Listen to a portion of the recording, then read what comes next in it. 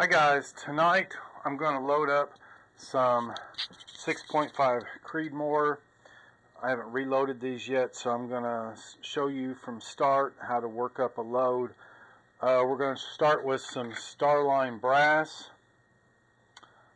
and we're going to load and we're going to do some ladder test on the Starline brass.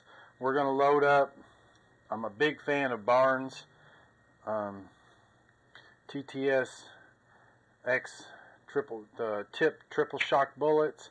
That's what I've been using in my 25-06 for years. Here's a bunch ready to go. Then we'll probably throw some in some 223. But anyways, we're going to load up some triple shock. I'm going to try the Barnes LRX 127 grain. And then I'm going to try some of these Everybody Raves on the ELD Max for long range shooting. I don't think it's going to be a good hunting round, but we're going to work those up.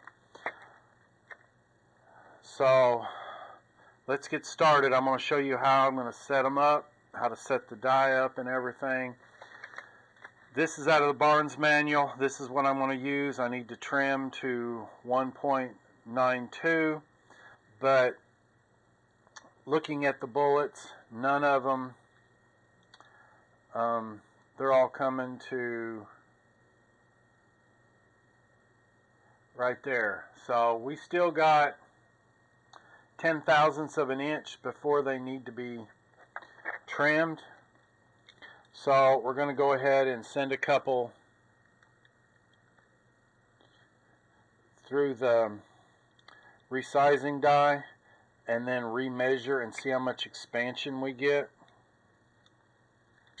See, the manual says load or trim to 1.92 and we are 1.99. So we still got 11 thousandths. So I've recorded that number and we're going to throw it through the full length sizing die and see how much they grow and if they need to be trimmed.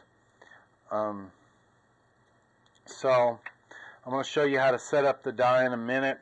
We're going to use I always use RCBS full loading size die, but we must adjust this. I need to take it out, spray it with carburetor cleaner. I need to readjust the decapping pin because it should stick out no further than 40 thousandths of an inch, and that looks a lot more than 40 thousandths. And that's what we're gonna, I'll show you how to set that up in a minute. I always use the Lee resizing die. Need to clean this mess up. Okay, this is a brand new die right out of the box. Just opened it. It's a full length sizing die for 6.5 Creedmoor made by RCBS, which all my dies are. And you will use a number 3 shell holder, which, if I'm not mistaken, it's the shell holder I use for my 25-06. Your expanding ball should not stick more than 400 thousandths, or it should stick out 400 thousandths. 400 thousandths is right there, and as you can see, we got a ways to go. Now in Cabela's YouTube video, they say 2/4. Well, we still got a ways to go.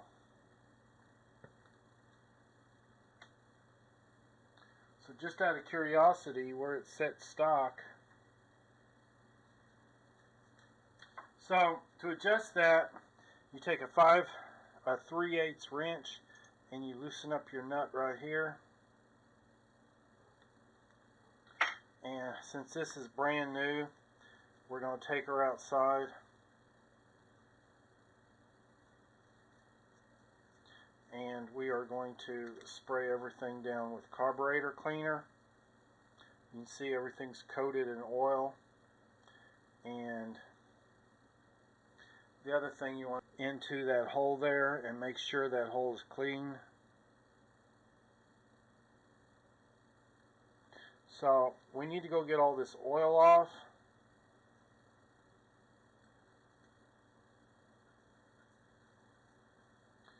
and spray her off, as we don't, any of this oil can contaminate our primers because it's machine oil to keep it from rusting while it's in storage. Okay, once we've tightened our pin back up, one thing to know, if you make an adjustment, you need to lube up a case and put it in there to adjust the expanding ball properly. So what we need to do is run our press all the way up, turn our locking nut off, and we are going to run this down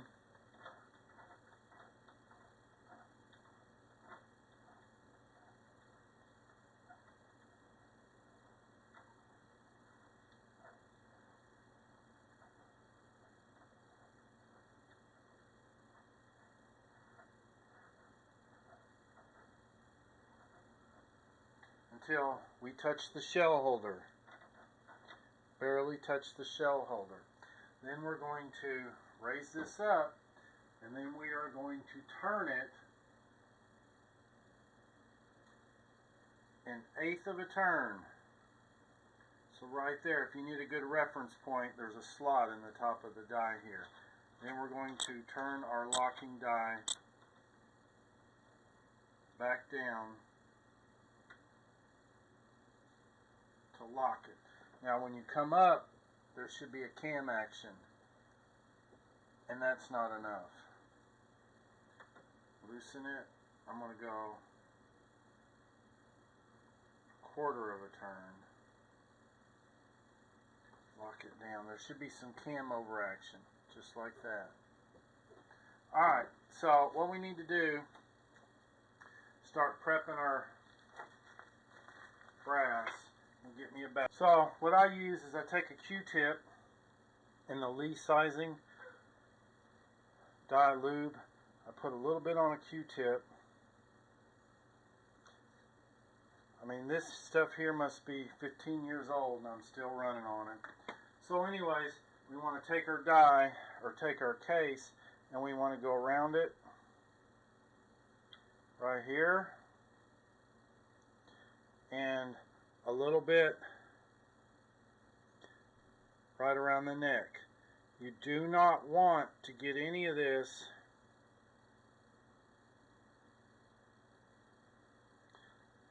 on the shoulder itself, but you just want to go around, lube it up, and then the first couple cases I'm going to lube the inside of them here.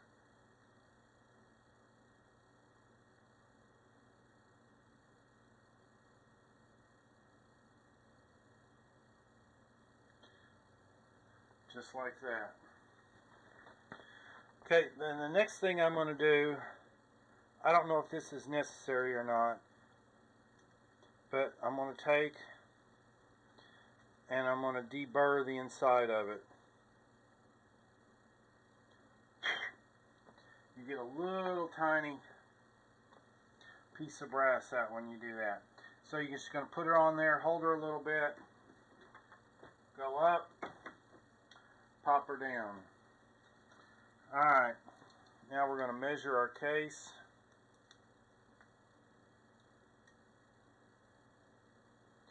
And it measures 1.99. So we're supposed to trim to 1.92. So we measure 1.91. We're supposed to trim to 2. So I'm going to full length size all these first, but then we're gonna decamp I don't know, what do they call it? Camper. We're going to go that way, and then we're going to go this way, and that helps seat the bullet and gets rid of that rough edge in there. So, and the next thing at this point I do is I take a shop rag and I wipe the lube off real good, and then I'm going to do the edges, and then we're going to prime them.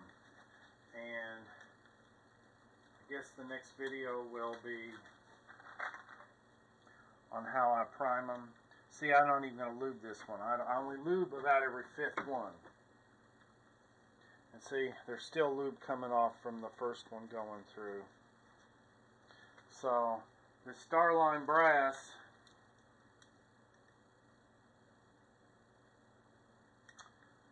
there's no reason to trim it. We're still 10,000ths from having to trim. So, now see, that one was a little rough. So the next one I will probably lube up. I usually keep all my brass. I wear gloves because if you don't, you get fingerprints on the case and then it ends up etching fingerprints in there because your fingers have salt and everything. And so I will lube this up real good. Just like that. I got way too much on there, so we're going to take this next one, go around. Now we want to get a little bit in the inside. You will notice a difference when you lube the inside on the expanding ball. And I forgot the deburrer on that other one. But I found that once you shoot 1 or 2 cartridges, once you shoot them once, it blows. You'll feel that burr give way, but you also just blew the burr away when the first time you shoot it. So, see the difference there? Once I lube that one real good. So,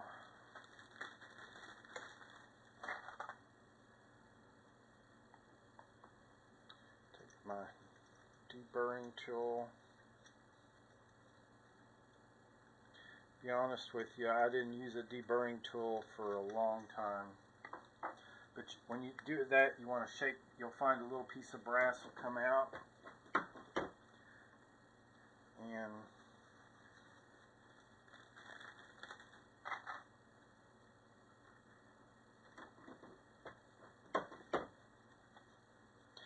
if you get carbide dies, you don't even need to lube them,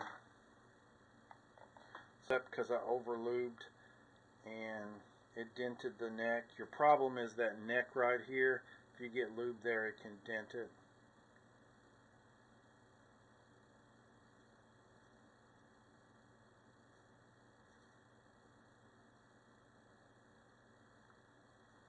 But I really like this dry lube. A lot of people use,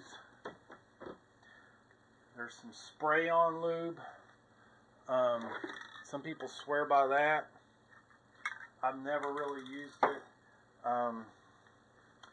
And then there is Imperial or Unique case lube.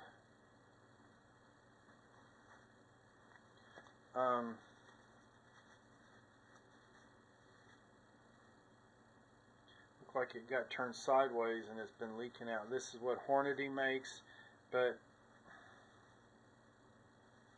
that doggone stuff's greasy, and I'm not a fan of greasiness. I like the dry lube a whole lot better. See what that did? See, some people when they do that, then they gotta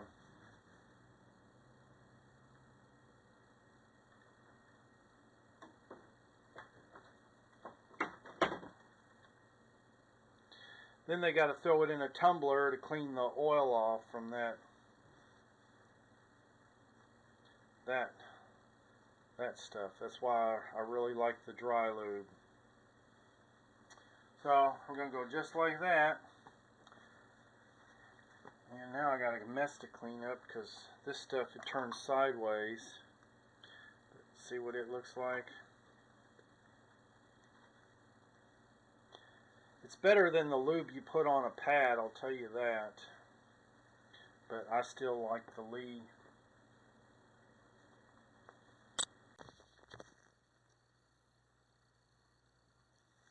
Okay, I recently bought none of the new brass, none of it's been fired yet for the 6.5 Creedmoor. It's Starline brass, but all of it is 10 thousandths under when I need to trim the necks. So I bought this on eBay for $22. Picture looked really good, but when I get it, I see that it's just nylon or plastic that they drilled a hole through and basically just put a drill bit through there and chamfered the inside there.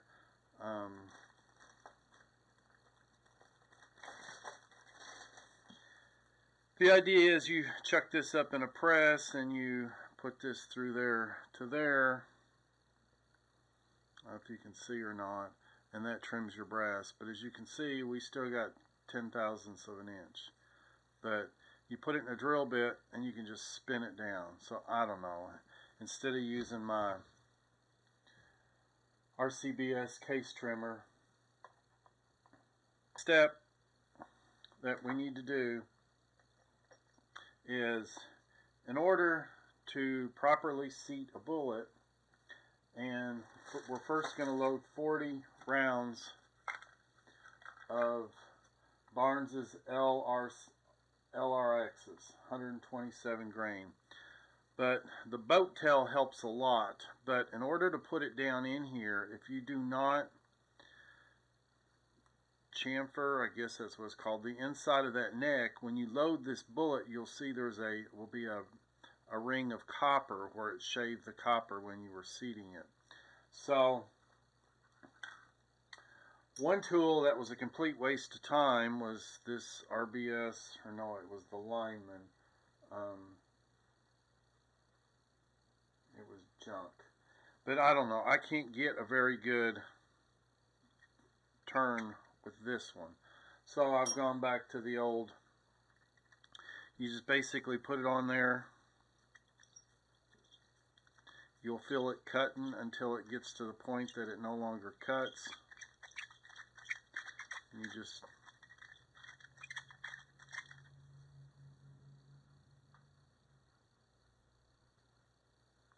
it's just like that.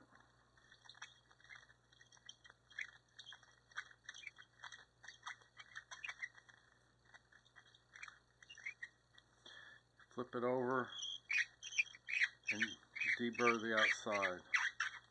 Just like that. I do like to take them over and do that. You'll see all the brass that just fell out of there. Sometimes I blow compressed air in there. Sometimes I'll take a Q-tip and run in there and get any of the brass out that fell on the inside.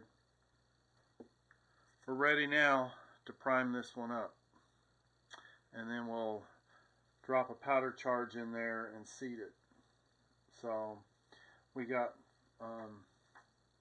40 to do here. The next thing I will do is I will write on them S0, which stands for they have these 25-06 rounds have never been shot, and that's how I keep track of how many times my brass has been shot,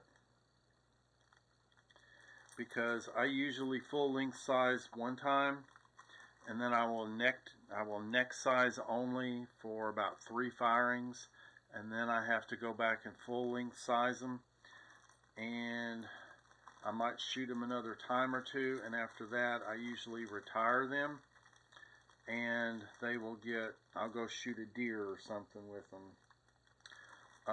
Rub-in alcohol just swipes that, it's just a black Sharpie. But that's how I keep track of. I don't use lots. It's tedious, but I write on the shell and I write what's inside of there.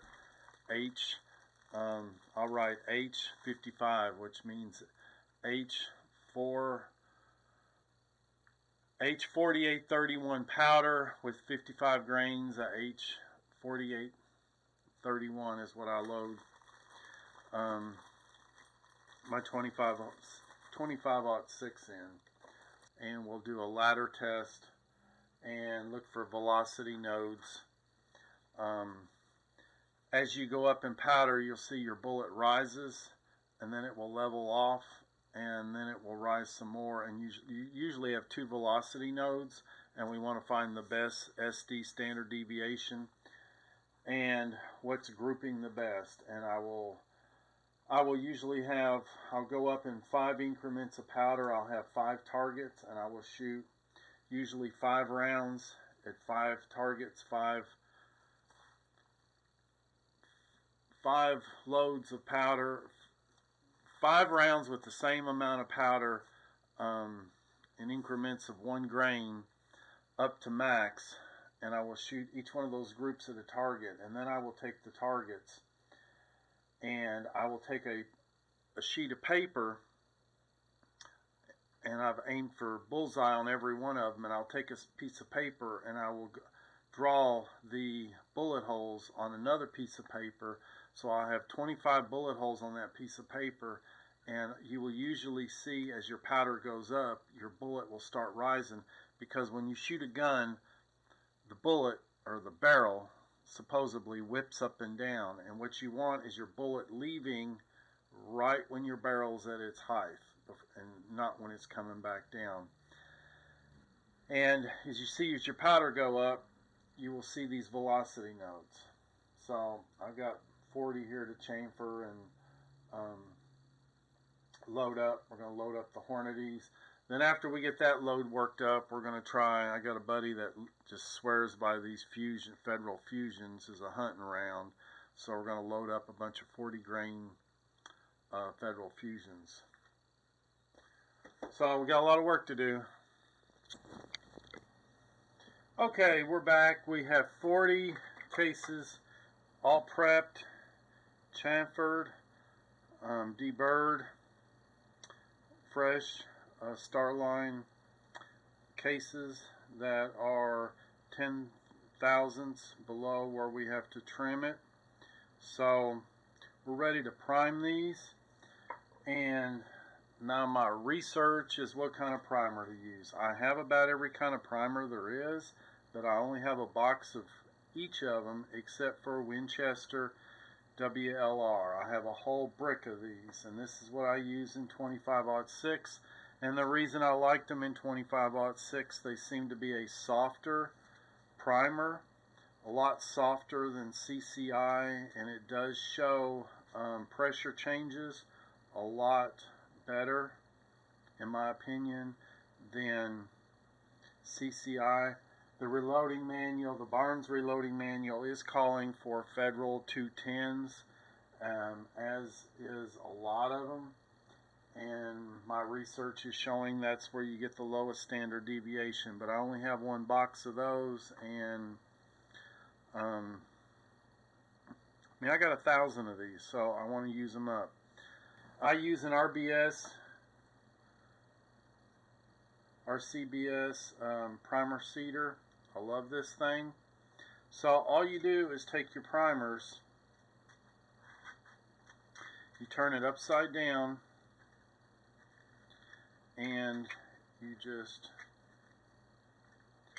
undo the box, pull the box out till they drop.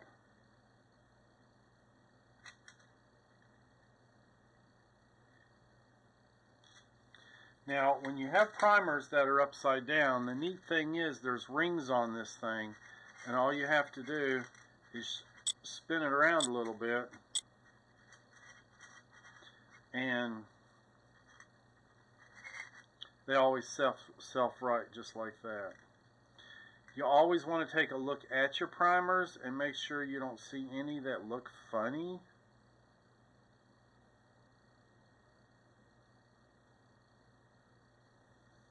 So then you put the lid on it.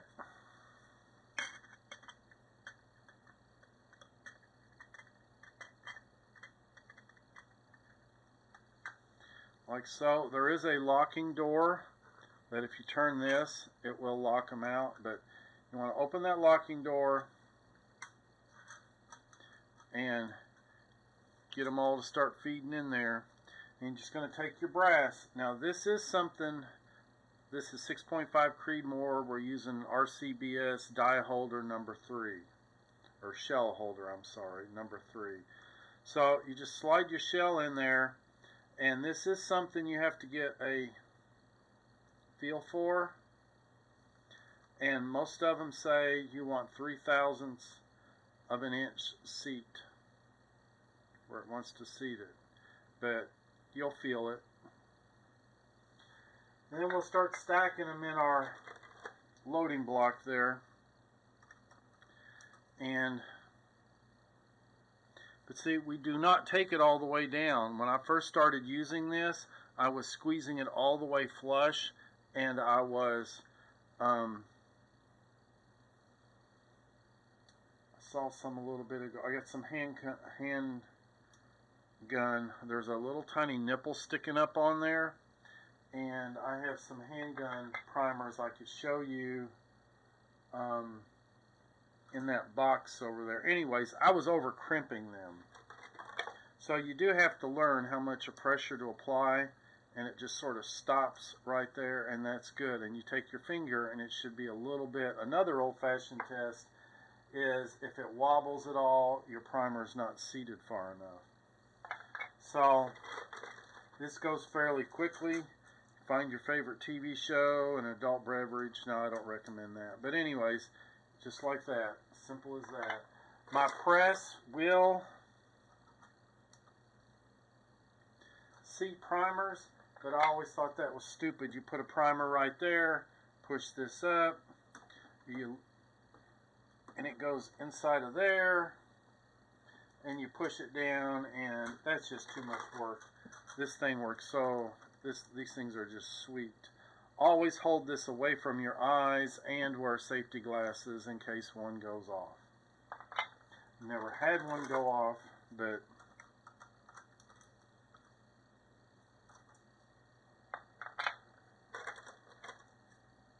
hope I'm not going to regret using Winchester primers for this load workup, but like I said, I got 1,000 of them, and my only other option is to run to the store and buy some new Federals, but I really don't want to do that. Another tip is always keep your primers in the original container they've come in. I've had to throw lots of primers away if I don't reload anything in a couple months, and I left this thing full of primers, and I don't remember whether it was handgun or rifle.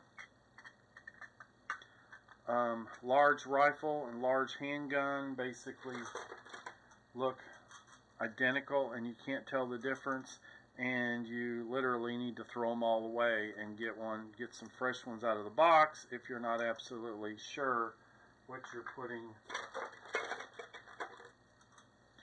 you're loading them with. I was just watching a video where they were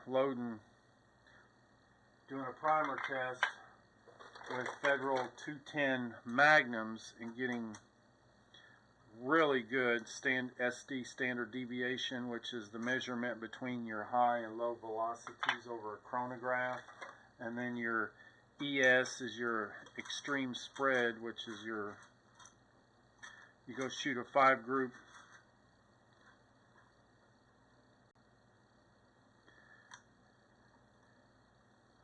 never had that come apart. You shoot a 5-group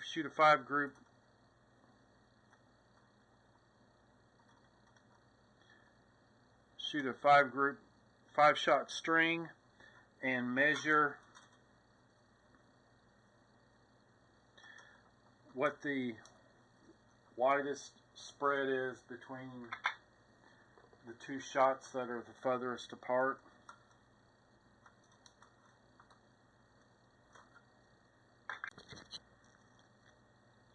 How to set up the seating die. You want to leave it fairly loose here, and you want to put a primed and loaded cartridge in here and run it all the way up. Then you want to turn your die down till it hits the case mouth, okay? And at the point that you hit, then you want to look at there is a slot in the top here. You want to look at that and you want to go 1 full revolution back, counterclockwise. Okay? Then you want to turn your locking ring down and you want to lock it into place. So a couple tools you need to keep on your reloading bench is 2 different screwdrivers, this size Allen wrench, which is a 3/32, and a 17/16 wrench, and I also use a 3/8 inch wrench for something. So anyways, you want to find that little set screw and you want to torque that down really good. Another trick is sometimes you want to put a little piece of lead in there. I have some, I think it's Hornady lock and loads that squeeze around the die. I just don't know where they're at because that's what I should be using at this point, because I do not like this little locking set screw. But anyways, once you get that down, that should remain constant. Then you are going to loosen this locking nut with a 7/16 wrench, and you are going to undo your seating plug. Then you're going to lower this and you're going to put a bullet on there, and you are going to slowly run it up until you get the correct length. You always want to start off too high because you can always add more, but then you're going to screw this in. You're going to screw it in till you get your your desired case overall length right where you want it, using calipers or a bullet comparator. And then once you get it where you want to hold it there, and you're going to come in and you're going to screw this down and you're going to lock that down, and then you'll be ready to start loading. So I don't know, it's just in front of me. I wanted to get it set. Now we're going to start dropping our powder charges and get them loaded up. We're going to mark what each of these increments are going to be. We're going to start off with, I think, 37 grains. Going to go 37, 38, 39, and 40. And we might even want to start pushing 41 grains. The Barnes manual says the max charge is 40.1 or 40.4. So anyways, that's my plan, and then we'll take them out and we'll start shooting the lower end ones.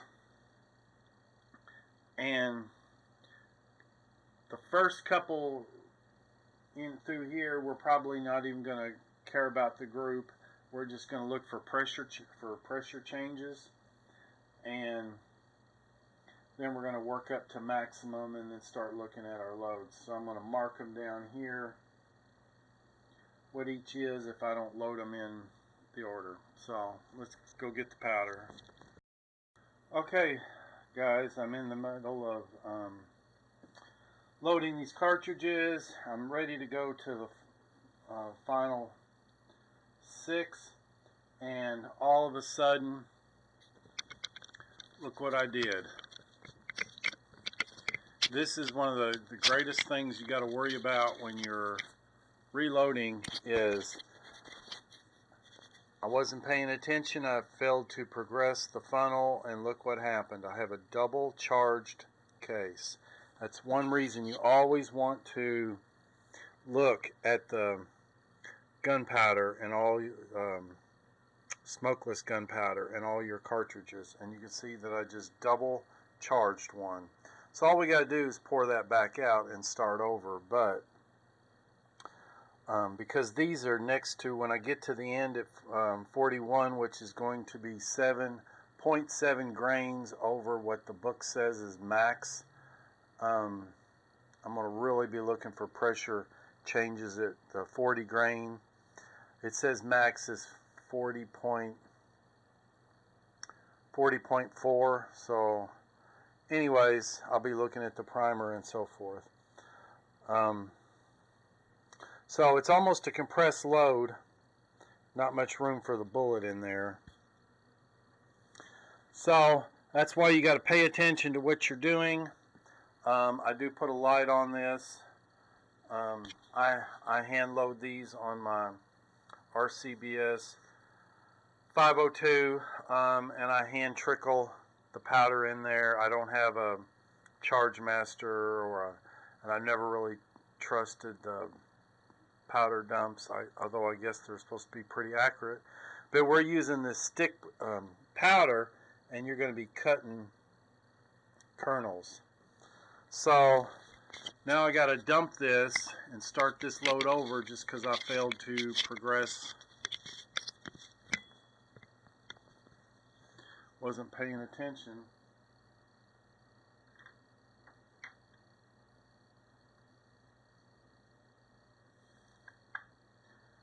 Oh, I didn't get the case. I just made a mess.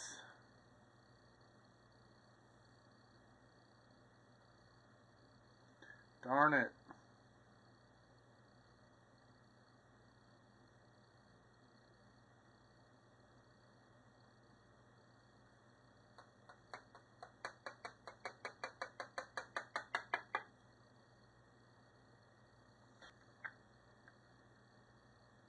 So you got to pay attention to what you're doing. I obviously wasn't. I was listening to TV. I use these lead dippers.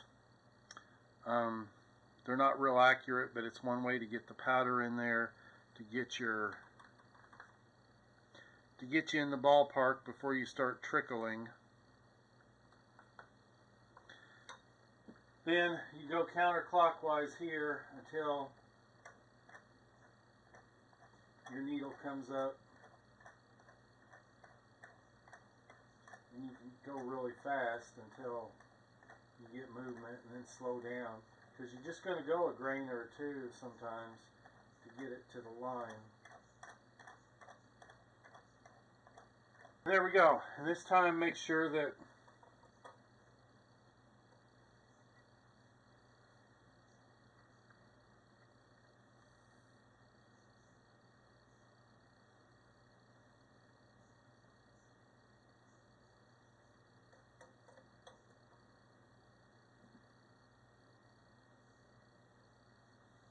so if you notice this graphite all over my hands, that's what it is. It's graphite. So now what do we do?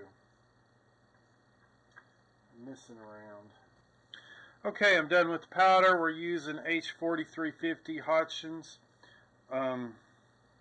Mr. WLP primers. Now we are ready to start seeding these Barnes LRX long range X bullet. We're shooting 127 grain. It does require a 1 1/8 twist or greater, or you will not spin stabilize the round. Another thing is make sure you dump your powder out of your trickler back in there, and you want to go around and try and pick up any little grains you have left, because this stuff is explosive, you know. So anyways, we're going to take us one round. We're going to put it here, and we are going to put a bullet on it.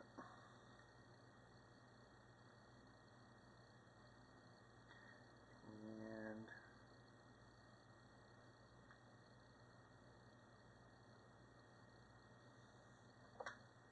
we are going to turn our seeding depth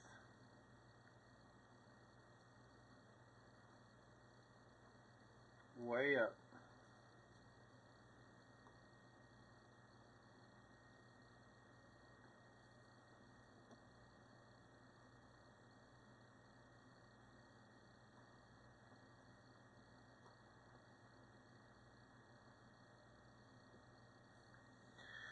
So, there we go.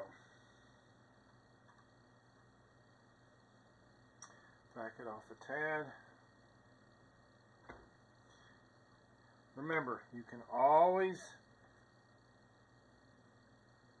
increase the depth, but you cannot take it away. I'm sure we got a long ways to go.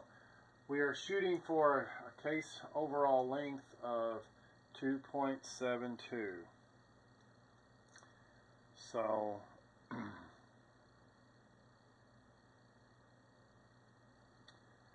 2.7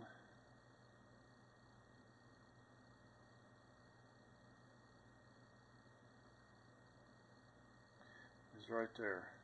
So we got that much more to go, which is quite a bit.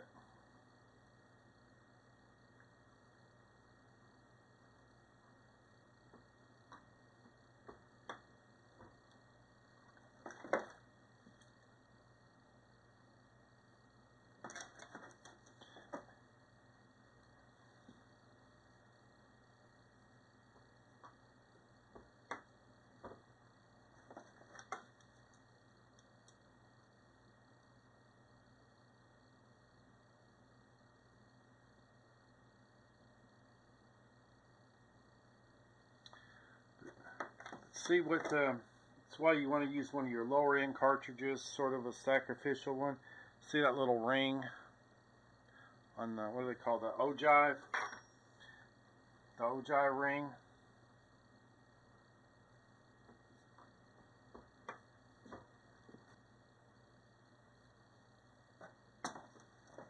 Now I'm back to the point where it was before I unloosened it all. Probably factory was set for what?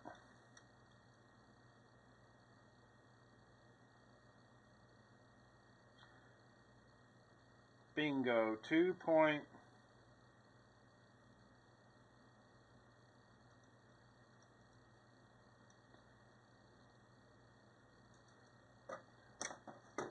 2.72.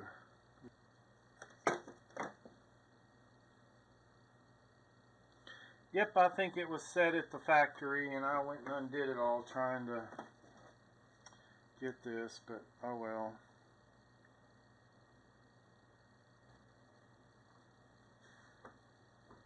One of the tricks you can do is once you get one set, put that round back and save it. And if you ever have to adjust your die for another round, a different size bullet with a different ogive, you can use your already made bullet. See, I don't have any 6.5 Creedmoors already made up. If I did, I could have stuck one in there and turned this die down till I hit it.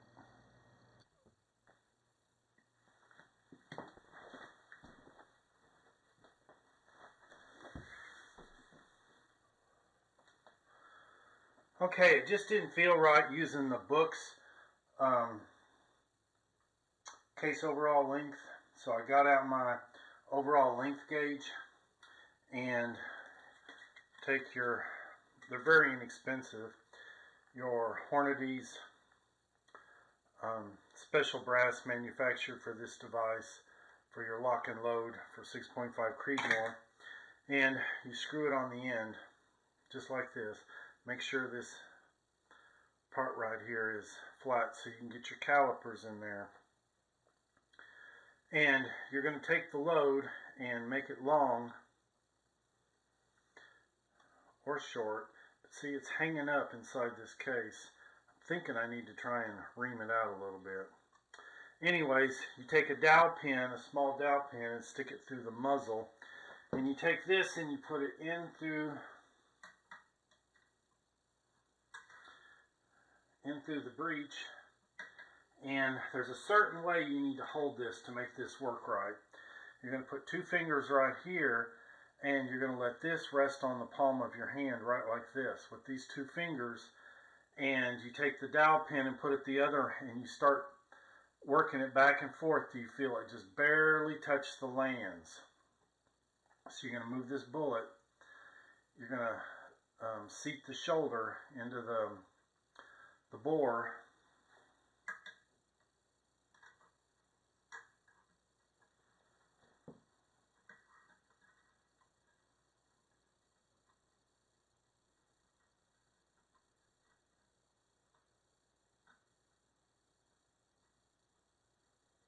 You feel it engage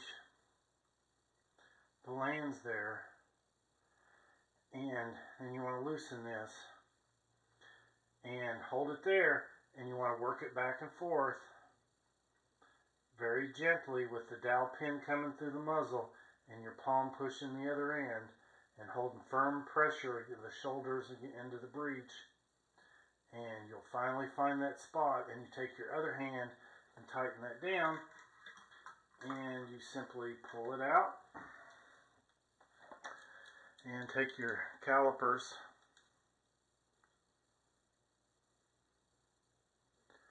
and take your measurement. I do recommend you do this like 5 times, and write that number down, do it 5 times, and then take an average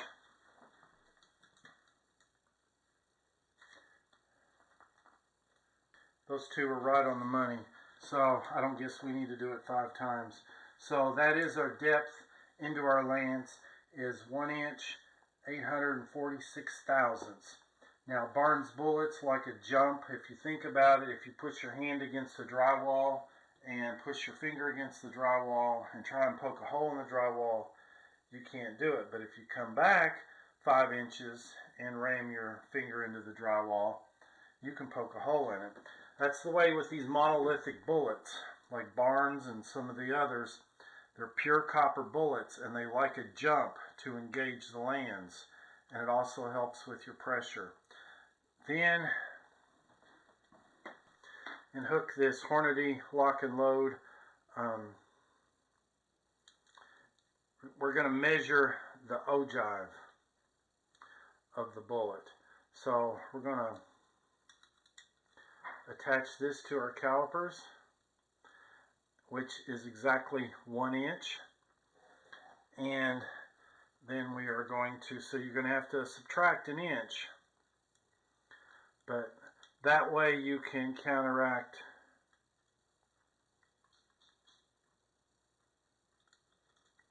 the effect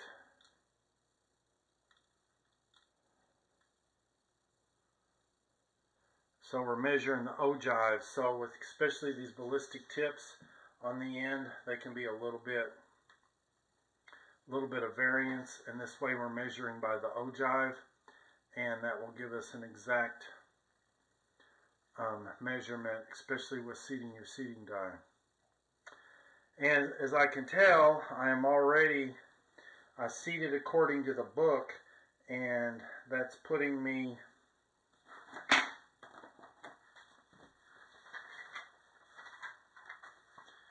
according to the reloading manual.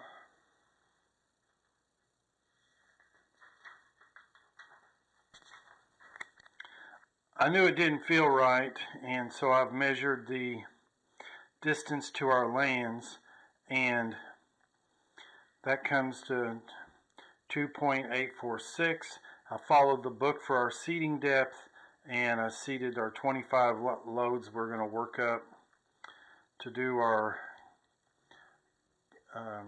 what do they call that, case volume. Anyways, so I loaded according to the book at 2.721, which gives us a jump of 125 thousandths to the lands, and ideally we want about 50 thousandths jump. So as you can see, we have way too much jump, and there's nothing I can do about it now because they're already seated way too deep. So you really need to buy one of those overall length gauges or seat a bullet long and cam it in with your bolt and take a measurement and not go by the book, because that is way too much of a jump. 125 thousandths of a jump. It's way too much, but now all we can do is just use shoot them over the chronograph and look for pressure nodes. Hi guys, I just loaded a bunch of 25-06 with 4831 with Barnes triple shock, 100 grain triple shock. This is my go-to round for, I don't know, 15 years or so. The reason I got into reloading was the only way at the time to load Barnes bullets was to reload. So that's why I got into reloading. Now you can go out and buy them. But anyways, I was loading 10 rounds that have never been fresh brass. See, it says shot 0 times. And what I wanted to point out was in this process, I'm sitting here loading up some rounds and I'm fixing to prime them. I'd even marked it 0 shot. And I don't know if you can see this or not as I rotate it, but right there, that is a split neck. See that right there?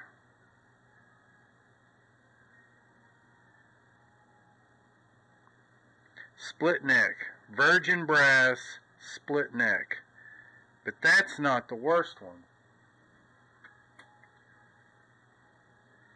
This one I caught before as I was fixing to put a primer in it.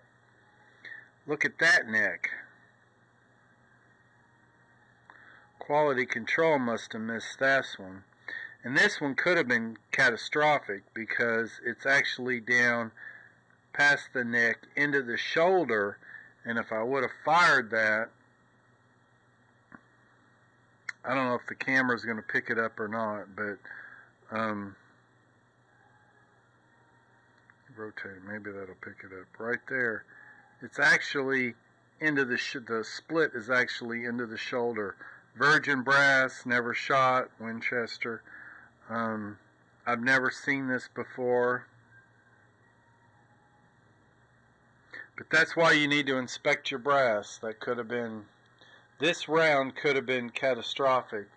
The other one might have survived a shooting or two.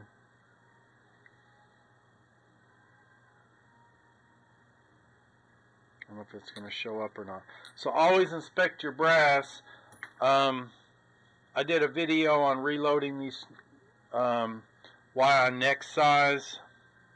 Like, see, this one's been neck size 5 times.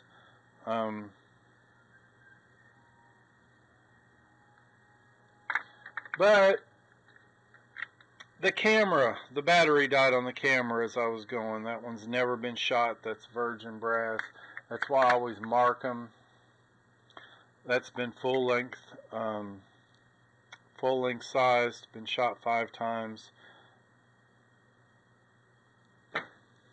So we got deer season on the doorstep, so I was loading some rounds up, getting ready. Next size 3 times. So need to package these up. But anyways, I just wanted to show you guys that you really need to check your brass. This one here could have been catastrophic because I think it would have blown out right there on the shoulder. When we shot it, I think that would have ripped right open. Most muzzles actually have a overpressure hole. If you look on the breech, you will see there's a hole, and that's what it's for. So I don't know, the firearm might have survived it, but glad I caught it. I caught that one, but this one here slipped by. I even primed it ready to go. Wasted a primer on that one. So anyways, happy hunting.